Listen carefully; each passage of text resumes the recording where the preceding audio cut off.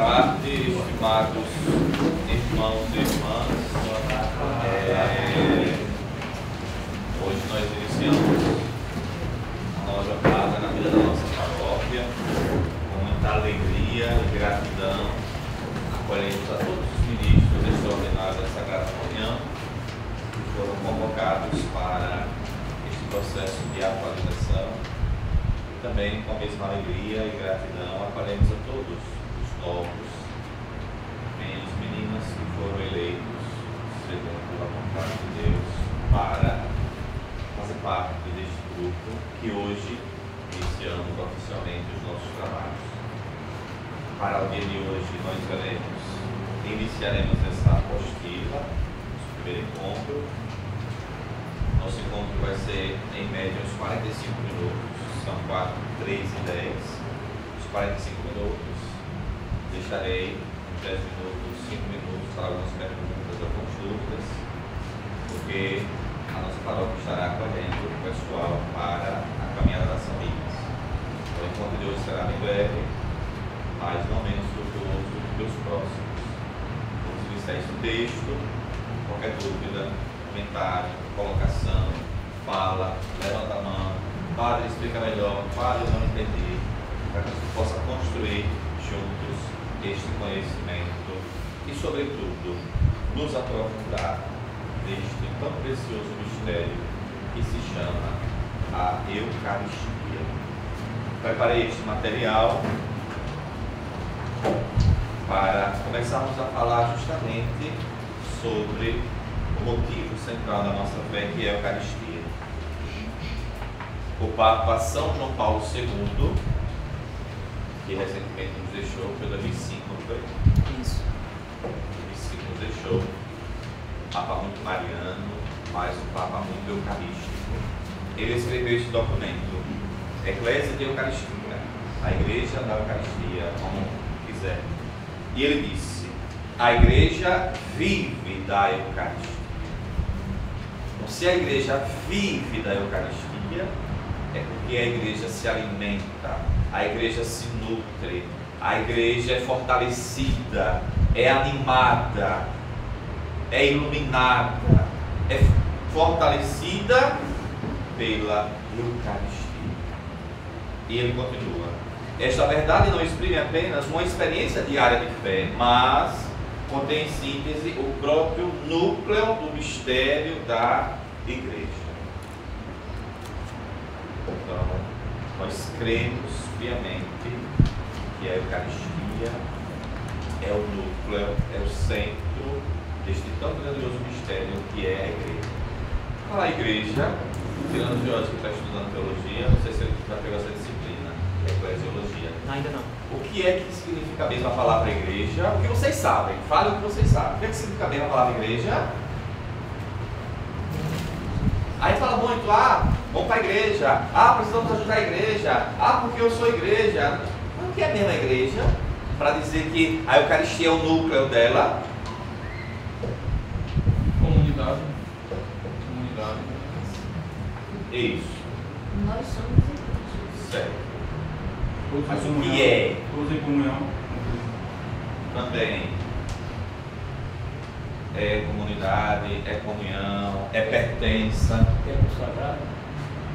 Aí ele já está na dimensão física, templo sagrado, físico. Mas a igreja A igreja é o corpo de Cristo. o corpo de Cristo. Mas em síntese a igreja é o povo de Deus chamado por Ele à salvação. Então, Jesus veio instituir a igreja. Veio tu és pedra, e sobre esta pedra edificarei a minha igreja. Então, quem vai fazer parte dessa igreja? Aquele que foi chamado por Cristo e disse sim, e se incorpora, faz parte desse mistério, deste corpo. A igreja é povo de Deus chamado a gerar comunhão, a gerar fraternidade. Então essa é a igreja de Cristo. Quando a gente diz, né? A igreja católica é a igreja de Cristo. Porque ele, sendo a cabeça, chamou todo o corpo para estar com ele, para ser dele, para ser um com ele. Se estiver falando muito alto, pessoal, que eu estou com a informação nas mãos e o ouvido também está inflamado, vai estar tapado. Muito bem, papai. Já veio a igreja no filme? Já. Pronto, o povo vai chegando. Continua. Aqui era, olha, só esses dois tópicos. Vai fazer o retiro espiritual. Pegaram a Bíblia. Onde é que começou a igreja? Lá no Antigo Testamento, quando o povo, Deus chama Abraão para ir para a terra prometida. Depois o povo que trai a Deus. Depois Jesus que vem. Então, é muito profundo isso aqui. Reza em casa com esses textos. Não pega esses textos, minha gente. Bota na bolsa, não. Tenha na sua casa, tenha um espaço lá, uma pasta guardada para guardar esses textos, os próximos que virão. Porque é sempre bom revisitar isso aqui. É com alegria que ela experimenta de diversas maneiras a realização incessantemente desta promessa. Eu estarei convosco até o fim do mundo. Jesus está onde? Na igreja. Ele prometeu, estaria convosco. Não com uma pessoa só. Só com o Papa. Só com o padre. Eu sou com o pastor protestante. Não. Jesus se dá na igreja. No seu corpo.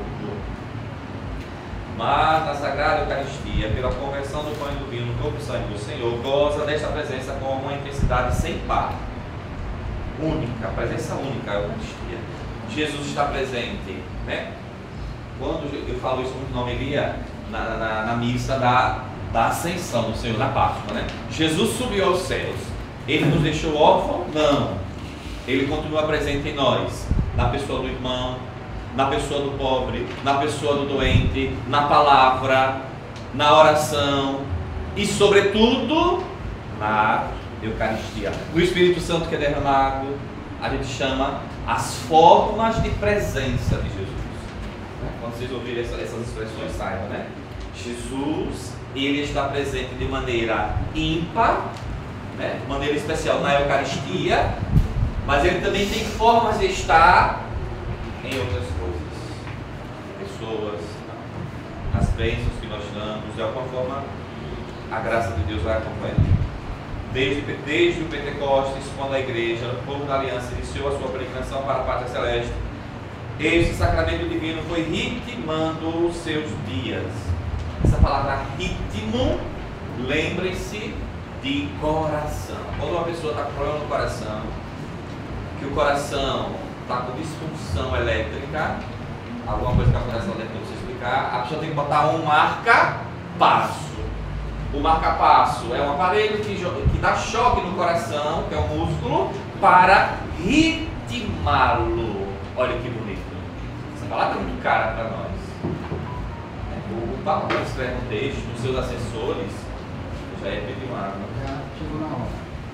O Papa, quando escreve um documento, os seus assessores, eles escolhem as palavras justamente para tentar expressar tão grandioso mistério.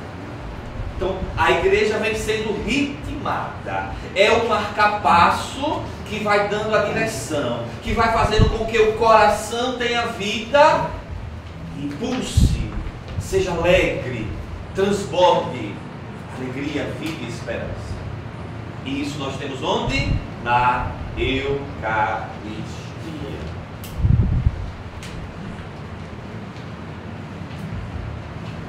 Enchendo-os de consoladora esperança. Perfeito.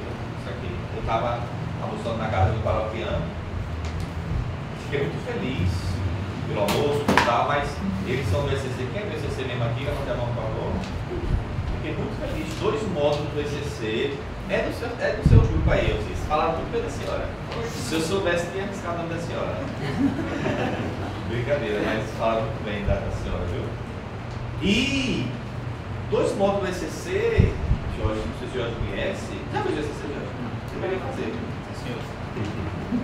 2 módulos do ECC falam justamente sobre, eu vou ir lá, mas mostrei a Gabriel, que é o Concílio Vaticano II, quais os documentos do Vaticano II, um resumo de todos os documentos do Concílio Vaticano II, das cartas de São Paulo, São João Paulo II, algumas de Bento XVI, expressavam. Eu fiquei impressionado com a riqueza de conteúdo. Aí fui ver um pouquinho o resumo, pontos específicos, uma beleza. Não é, Tiago? Uma beleza. Então, aí quando eu saí de lá, eu disse, não sei o que eu citei, né? A Gaudium et Spes, que é um dos documentos, né? Que fala das alegrias e das esperanças diante do cenário do mundo de hoje, com tanta violência, com tanta guerra. Isso foi em 1965, imagine hoje. Então, qual é a nossa alegria e esperança frente a este mundo? Onde está a fonte da nossa alegria e da esperança? O que é que faz Alain? O que é que faz Alain acordar todos os trabalhos do quê?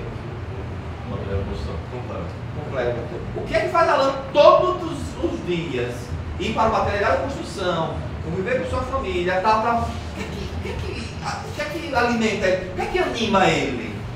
Aí chega e vê isso, vê aquilo, um noticiário disso, uma guerra ali, uma guerra aqui, alguém morrendo de fome e tal, um abuso ali, um assassinato. O que dá esperança? Que um dia tudo isso vai passar. E é na Eucaristia que ele vem, e agora chamado a cuidar de maneira especial, que ele vai encontrando esta consoladora esperança.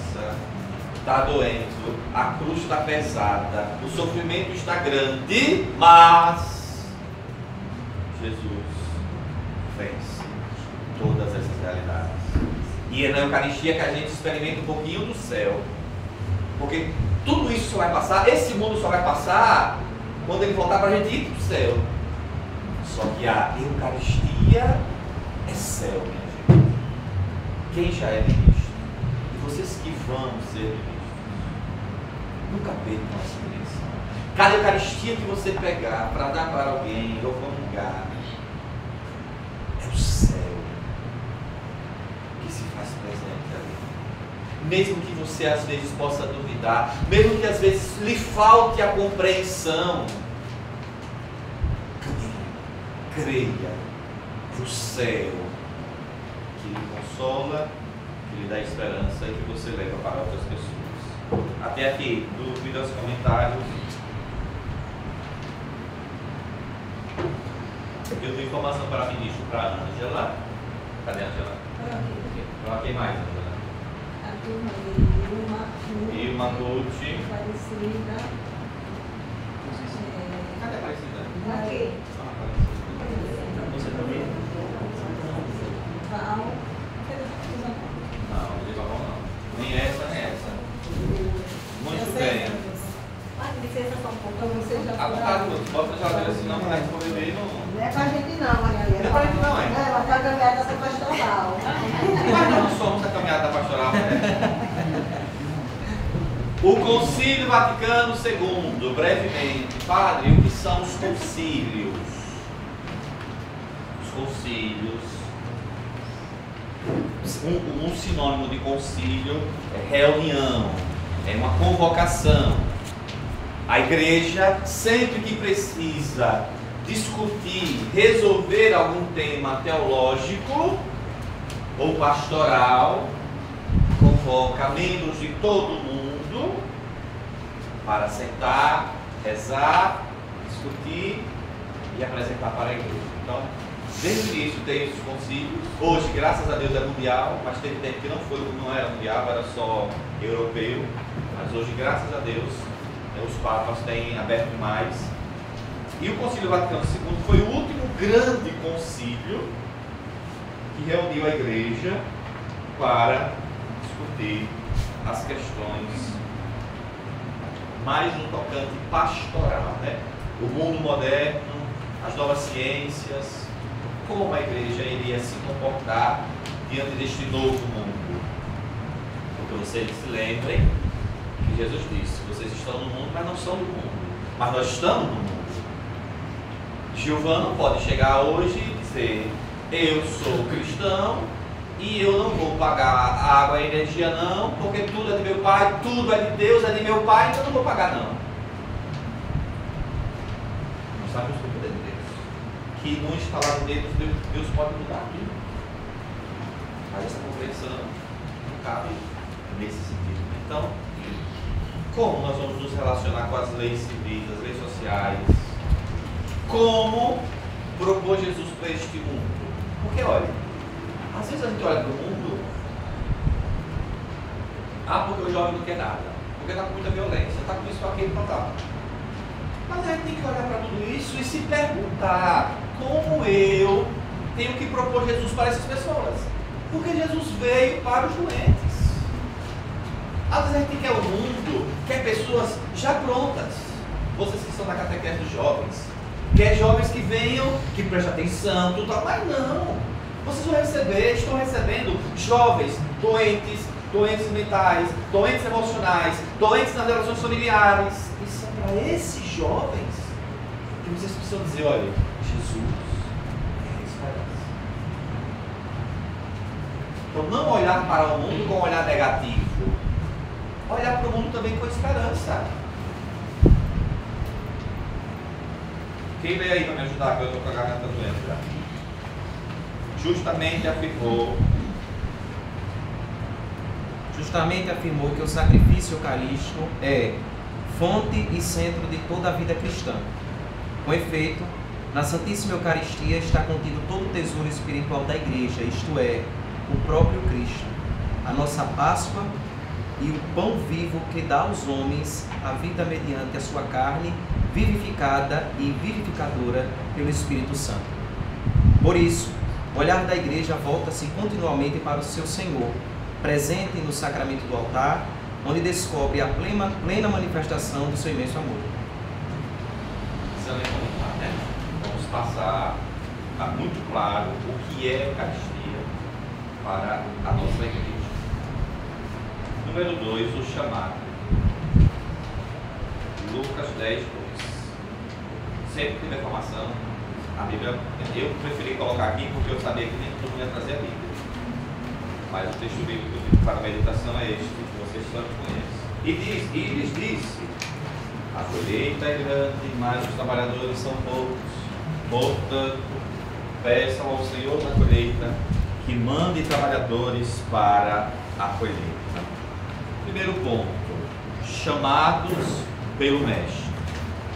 Todos vocês que estão aqui, vocês foram chamados pelo Mestre, que é Jesus. E se alguém ainda tem dúvida, o ministério sacerdotal, que a mim foi confiado, é para fazer as vezes de Jesus na vida de vocês. Então, se eu chamo alguém para uma missão, é Deus quem chama. Agora, vocês são livres em aceitar ou não. Deus vai ligar, vai se terminar com você? Não. Mas quem chama sempre é o Mestre. Depois, o sim. Vocês disseram sim. O sim que vocês disseram foi para serem discípulos do Mestre. E o que é ser discípulo? Discípulo é aquele que está com o Mestre.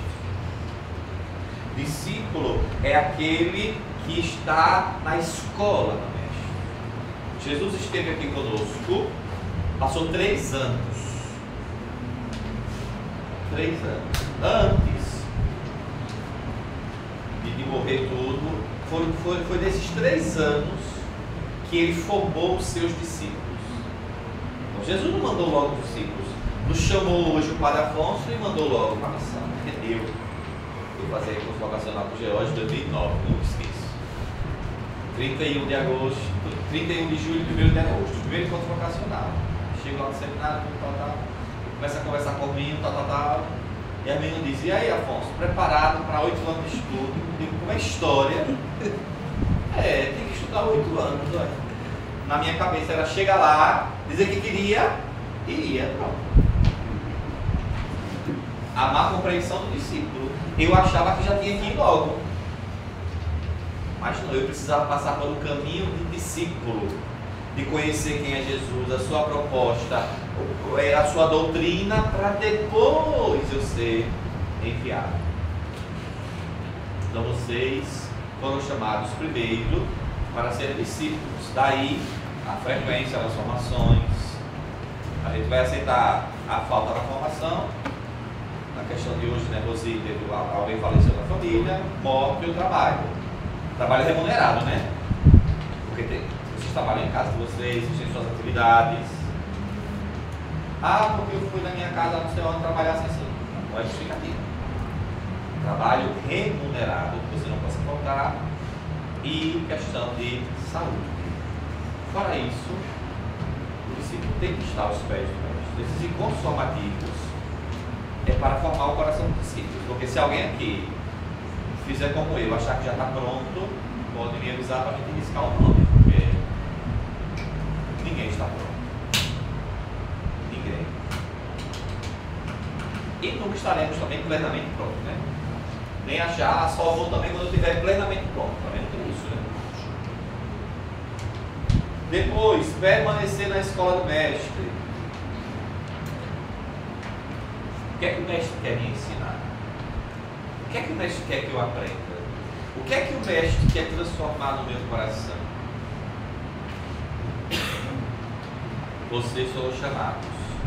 Vocês não são nem os melhores, nem os piores. Vocês são filhos de Deus, chamados. Mas todos nós temos coisas a serem transformadas em nossos corações.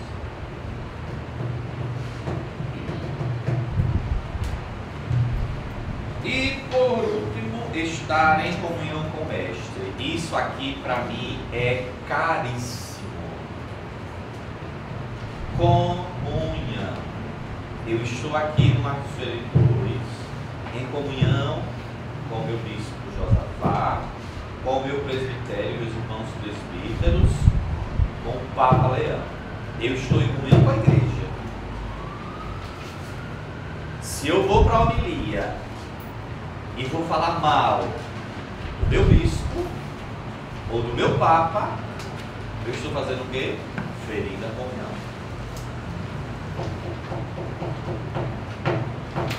Eu sei que muitos nas paróquias comentam, falam mal de nós padres, porque às vezes as pessoas esperariam o padre assim, o padre assado, né? Porque o padre nunca vai ser o protótipo para todos. Então as pessoas queriam pensar assim, pensaram, claro. Se eu sou o padre que não agrada, a pergunta é, vocês estão na escola de Jesus, o que é que Jesus quer ensinar comigo agora? Isso é comunhão. E aí vários textos bíblicos nos fala de momentos em que os apóstolos quiseram ferir a comunhão com Jesus. Chegaram lá numa cidade, um monte de gente pecador, chegou Tiago e João, Senhor, eu imagino a cena. Não sei se a Record já fez esse filme. Acho que não, ele faz mais no Antigo Testamento, a Record, né? Para Jesus, olha, vamos, quer que a gente mande fogo para acabar com todo mundo aqui? Lembra desse texto bíblico? Foi o que Jesus disse, calma. Porque se fosse para mandar fogo, quem era que tinha que mandar? Jesus. Jesus nunca mandou ninguém à frente para fazer o que ele tinha que fazer. Ele mandou alguém para morrer antes do que ele? Não. Ele enviou em missão para evangelizar, etc e tal. Mas estando em comunhão com ele. Outro texto bíblico. O trigo e o joio. Ah, Senhor, vamos arrancar tudo. Ou, Senhor, permita que a gente vá arrancar o joio. Foi o que Jesus disse. Calma. No tempo certo, a gente arranca um e outro. E o texto mais célebre, Jesus disse como ele queria. Estou vendo a cena. Jesus disse, olha, eu quero, vai ser assim, assim, assim. Eu vou morrer assim, assim, assim. Eu quero assim porque eu combinei com meu pai assim. Aí Pedro foi lá no braço de Jesus, rapaz, vem cá, vem cá, vem cá, vem cá. Não, você não vai morrer assim, assim, assim, assim, não. Começou a repreender Jesus. O que foi que Jesus falou? Vai para trás de mim, Satanás. Então, quer saber, olha, quer saber se o ministro está na vida de santidade, um leigo está na vida de santidade, está buscando a vida de santidade. Quer saber se Alguém está buscando uma vida de santidade? Veja se a pessoa está procurando a comunhão. Quem divide está a serviço do inimigo. A missão do inimigo de Deus foi mentir, matar e dividir.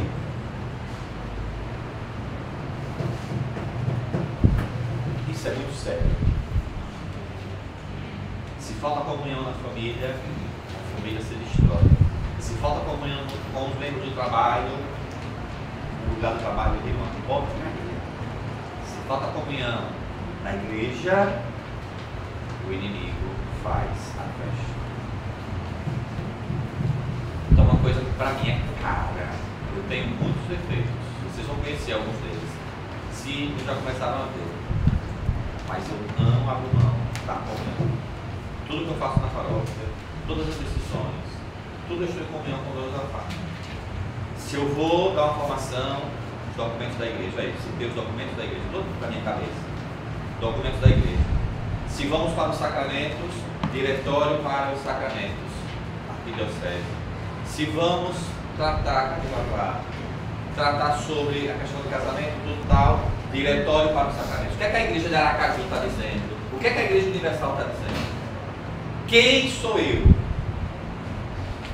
para inventar uma coisa numa igreja que tem mais de 2000 anos? Então, isso é ser detido. Eu não vou admitir falta de comunhão.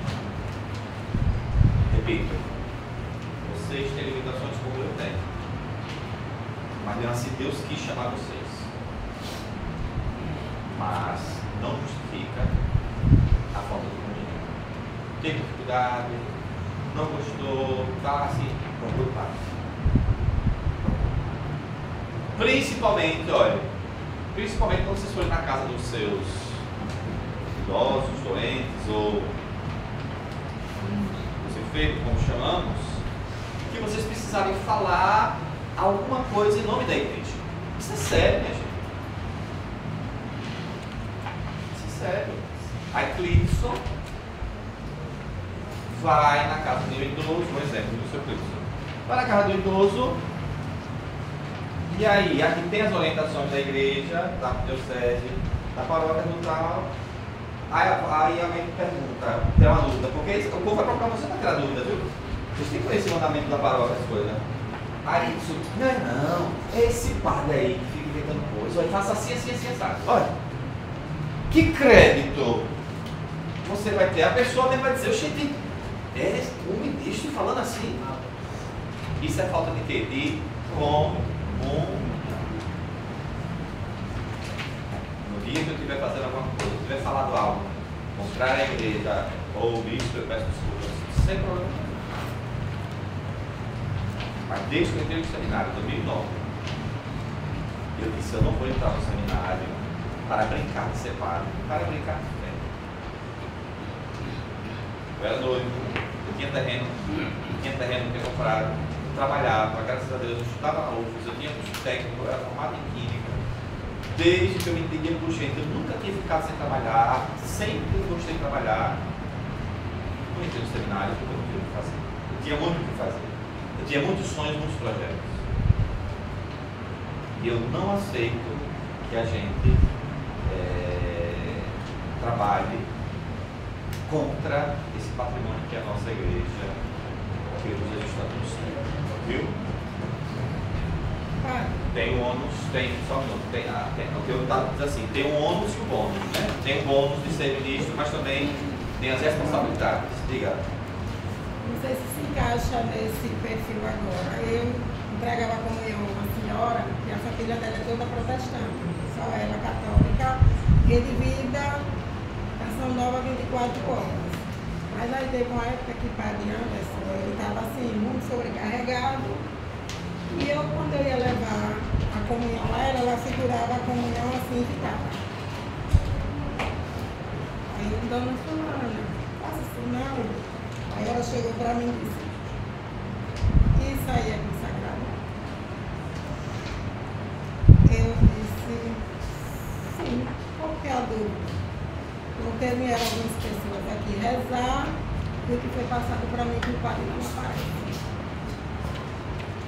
Eu disse, eu vou trazer o padre aqui. Eu conversei com o padre Anderson, ele foi, então eu entrei, disse, senhora, passa tudo para ele. A Diana Anderson conversou com ela quando saiu, disse, pode receber a comunhão.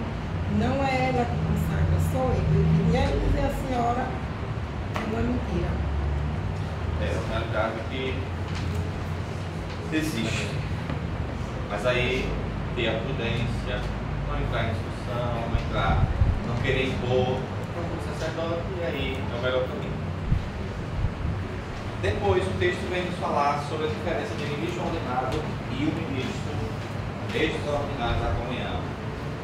Vê aí alguém bem alto. Agora, minha gente.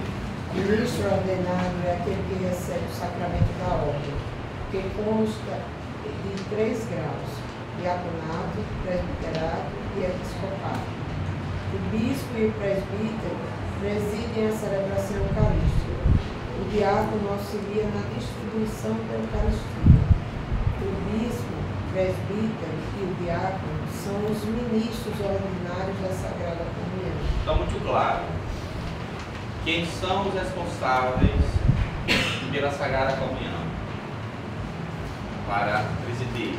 Bispo e padre. Quem são os responsáveis por distribuir a Sagrada Comunhão? Bispo, padre e diácono. Fato.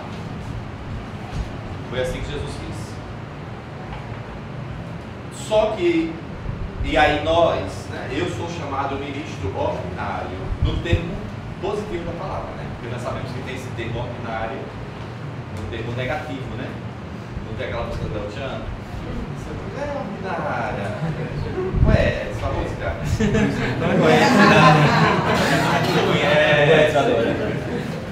Chamam ele de ordinária, que é um termo pejorativo, né? Mas o termo, no sentido positivo, que o ministro ordinário somos nós. O sacerdócio ministerial, o ministro ordinário, não pode ser substituído em modo algum. Ah, não tem o padre, o ministro vai rezar a missa. Não pode. Com efeito, se falta um sacerdote na comunidade, este carece do exercício da função sacramental de Cristo, cabeça e pastor, que pertence à essência da mesma vida comunitária. Posto que só o sacerdote validamente ordenado é o ministro capaz de gerar a comunhão da Eucaristia, o sacramento da Eucaristia, atuando in persona Christi. Carta Redemptionis Sacramento, sobre algumas orientações sobre a Sagrada Eucaristia que fala sobre o ministério de vocês. Então, nós padres, por que é que o diácono não pode celebrar a missa? Porque o diácono não, na sua consagração, ele não recebeu a ordem para impersonar Cristo. Eu, nas minhas limitações e misérias, a minha alma está impregnada de Cristo sacerdote. Por isso que a gente não pode xingar um sacerdote, destratar um sacerdote, nunca. Se fizermos isso, vamos pedir perdão. Porque misteriosamente, nas minhas mãos, que é a expressão, né, do que está na alma, o óleo que o bispo coloca nas mãos da gente, aquele óleo é para mostrar o exterior daquilo que está acontecendo na alma, porque o sacramento aconteceu na alma. Às vezes eu confesso ser estola, aí tem gente que diz, gente, cadê a estola? Mas não depende da estola para celebrar o sacramento. O sacramento está na alma, a minha essência, né, foi marcada com o sacerdócio de Cristo. A alma de todos vocês está marcada com a filiação divina. O Espírito Santo marcou vocês e deu a cada um de vocês a vida de Deus. Está marcada a alma de vocês e ninguém pode tirar. Então o meu caráter é sacerdotal. O do diácono não. diácono foi ordenado para o serviço, que aí são os 500. Por que eu estou falando disso, minha gente? Porque nem eu posso ir à frente do bispo, nem o leigo pode ir à frente do padre. Comunhão. Não é, Ângela? Ângela pode determinar algo para os ministros sem consultar o padre? Não. É porque o padre é mais bonito do que a Ângela? Não. Eu não diria nem autoridade. Vamos falar de comunhão, porque pode ser algo que esteja precisando ser tomada. Mais ou menos, padre, estou pensando em fazer assim, pronto, perfeito. Comunhão.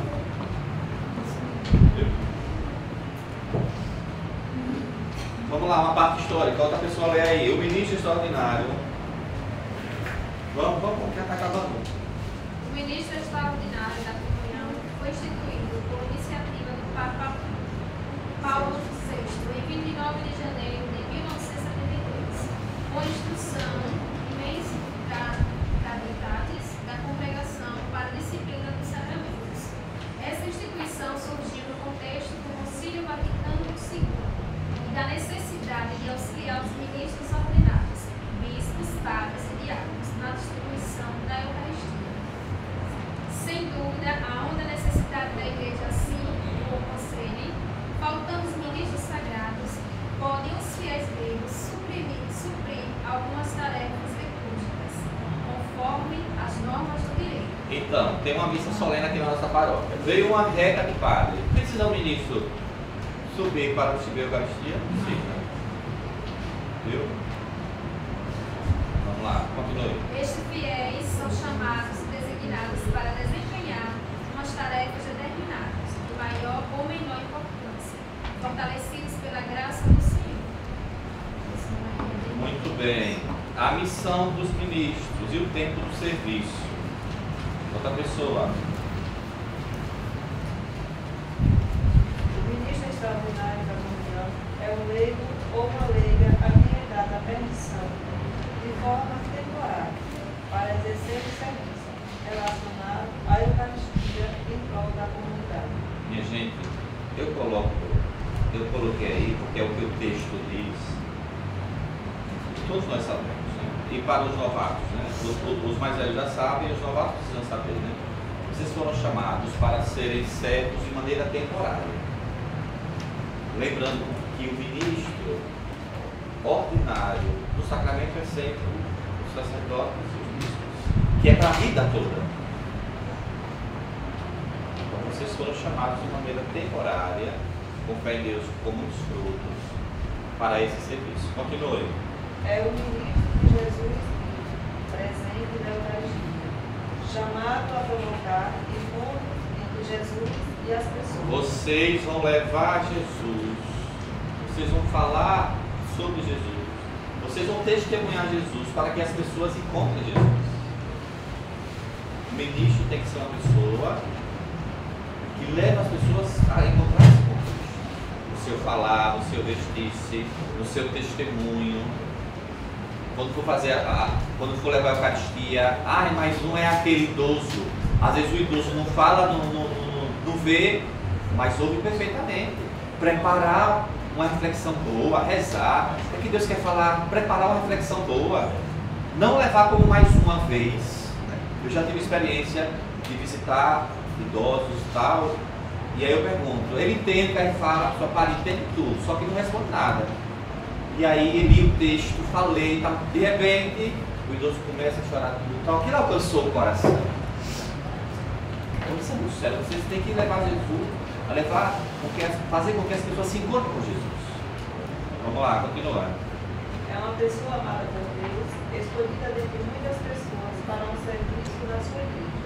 É alguém chamado por Deus para ajudá-lo na evangelização. Por isso, ser ministro é bem mais que isso de comunhão. É uma vocação, um chamado que gera muita alegria no coração. Viu? Vocês são amados e são muito queridos por Jesus, mas é muito especial. Então, trabalhe para levar a cabo, né, essa eleição que Deus trouxe para vocês. Aos ministros extraordinários competem as funções de distribuição da Sagrada Comunhão aos enfermos. Então, se poderíamos elencar, qual é a primeira função do ministro? Levar comunhão aos enfermos. Padre, mas tem casos que a pessoa não está levando total. E às vezes o padre na sua paróquia pode ver que supriu a necessidade e não precisa que aquela ou outra pessoa leve. Não tem problema, mas a primeira missão é auxiliar na distribuição da comunhão para os enfermos. Quem continua? Distribuição da Sagrada Comunhão às missas, exposição do Santíssimo Sacramento. Veja, exposição do Santíssimo Sacramento. Quando for ter um retiro em encontro tal, ninguém invente de estar dando bênção do Santíssimo Sacramento. Só o padre e o diácono. Viu? Mas aqui vai ter, mas vocês vão ter mais informações que vai falar sobre isso. Presidir a celebração da palavra e das exéquias. Exemplo da falta do padre e do diácono. Então vocês receberão formação.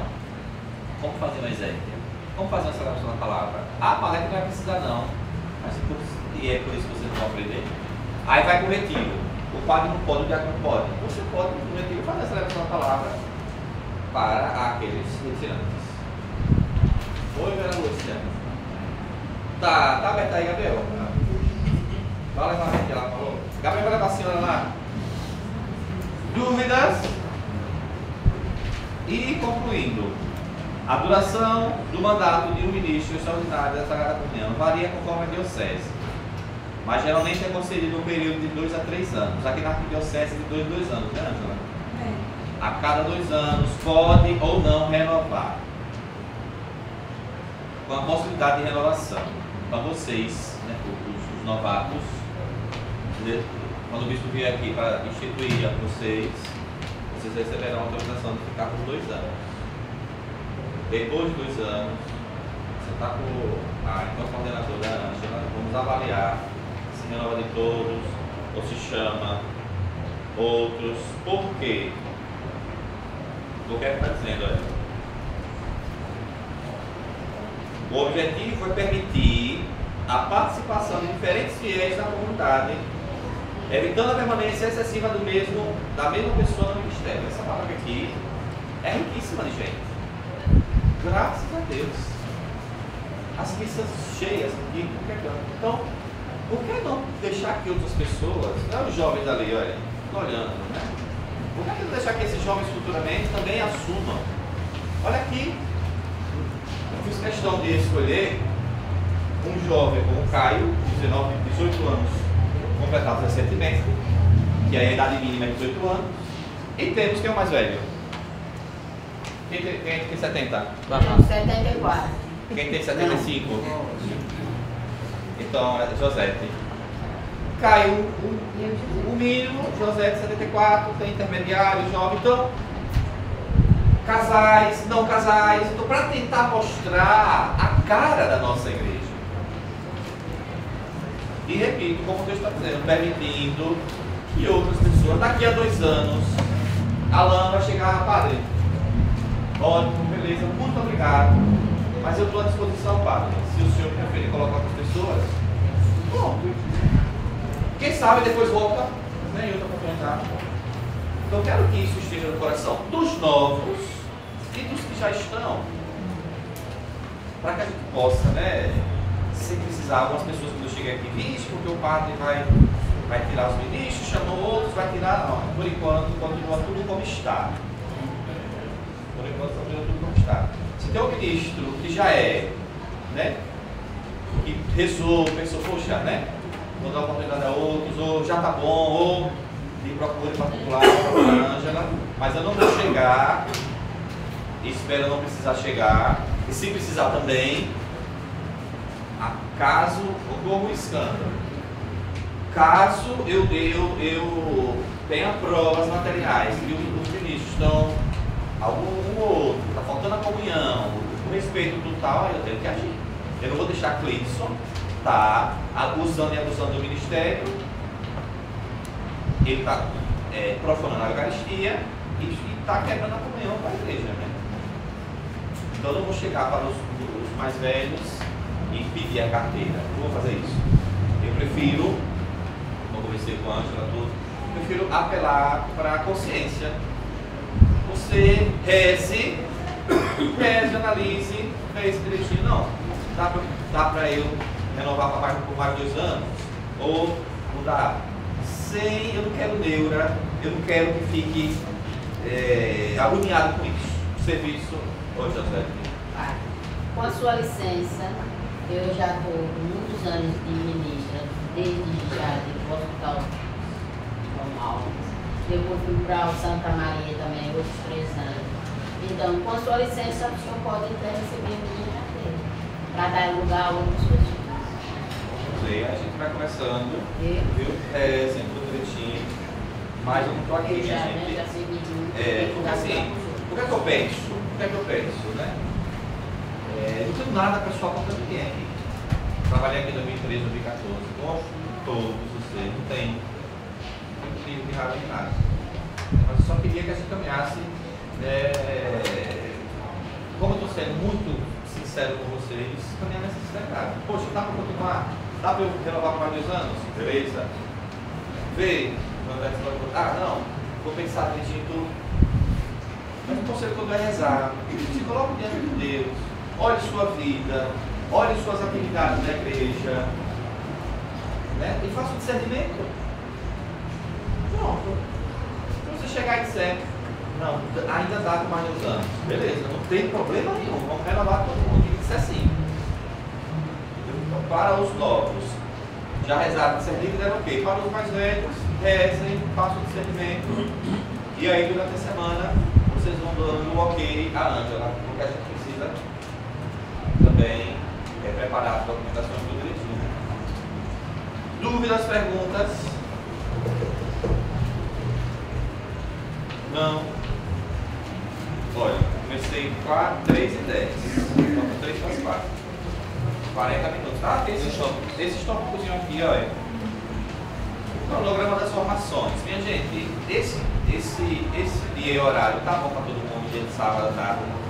De 3 às 4h30. Hoje vai acabar mais cedo, mas é de 3 às 4h30. Tá bom? Porque pode ser assim. Pode ser uma vez toda semana, pode ser quinzenal. Se for quinzenal, as formações têm que ser 2 horas de formações. Eu acho pesado. Mas se você disser, não, padre, é melhor a cada 15 dias, aí, mas assim, se não, é toda semana. Quanto tempo, padre? No mínimo, serão 8 encontros. No mínimo. Vamos fazer 8 encontros. De hoje nós já temos um cronograma. Hoje nós vamos discutir ao ministro. Nós vamos ver a missa parte por parte. Padre, você ministra, eu não sei as partes da missa. O que é que significa cada parte da missa? Próxima semana já vou iniciar a missa parte por parte. Depois vamos ver objetos litúrgicos. Vamos ver vasos e alfaias, conhecer o que é uma galheta, o que é um cálice, né? Como manusear, para que significa, como é que purifica, tudo. Vocês vão aprender tudo. Quem já sabe vai ajudar também a ensinar aos mais velhos. E aí é um cronograma da formação. Então fica todo sábado, de 3 a 4h30, no máximo. Se for eu que for da formação, olha, 1 hora eu estou com a garganta aqui, não vem? Aí 2 missas daqui a pouco, 3 missas amanhã. Ele botou um som aqui. Não, não está saindo. Não, caixa. É sério, olha, pra garganta. Eu tenho caixa. É pouca gente, mas o som, as pessoas suga a voz, né? Depois, o kit do ministro. Não se preocupe, vocês vão precisar. Camisa, camisa, alta, teca, cruz, corporal, sanguíneo, uma bolsinha. E algumas coisas que vai ser de geral. O Jorge já está pesquisando o valor mais barato. Mas outras coisas, tipo, mas eu tenho um crucifixo de mesa, posso usar? Pode. Aí a gente vai, nos próximos encontros, a gente vai dizendo, né, o que é que vai precisar. Mas assim, se preparem, porque veja, uma teca, a gente encontrou uma de 130, uma de 56. Aí, vamos ver, né? Ele até comprou uma para ver se presta, né? Porque nós estamos falando de teca litúrgica, né? E é para a vida toda, né? Vai ser padrão mesmo teca? Não, se você já teve uma teca. Não, é porque como meu pai é diácono abertamente, ele discutindo, né? Não, quem já tiver, ou que já pegar de outra pessoa, Já deu toque, já. não tem problema.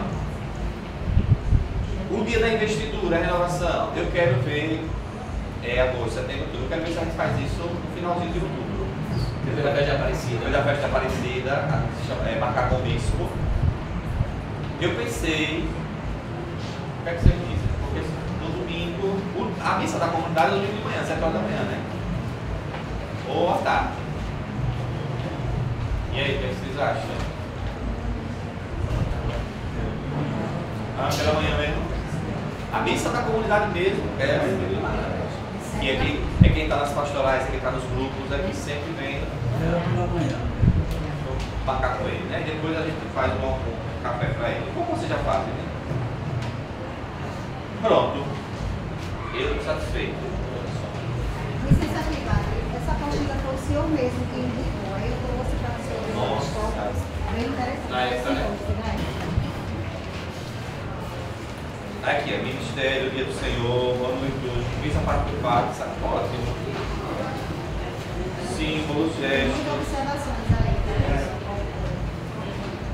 É bom essa apostila. Eu sou mesmo. Frio. É que no seminário. Não, é porque no seminário a gente exerce a fraternidade. Quando a gente vai começar a fazer pastoral tudo, aí o padre diz, olha, eu quero a formação do ministro. Aí pergunta, porque nesse tempo que eu fui aqui, não tinha internet como tem hoje. Não tinha. Hoje em dia você vai na internet e prepara.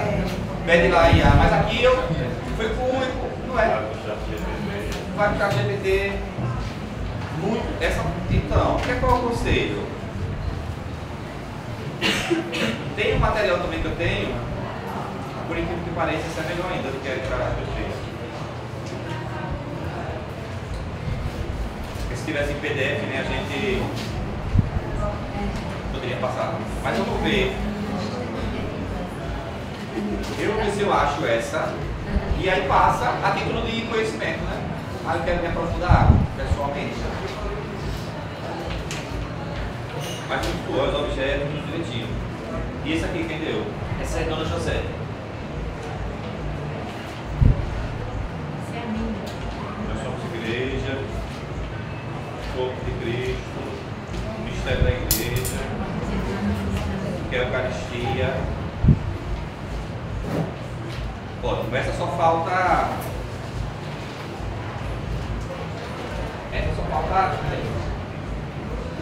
A missa parte por parte, o objeto litúrgico e tal, mas também é muito rica. Então, Jorge, sim senhor, fala esse negócio já.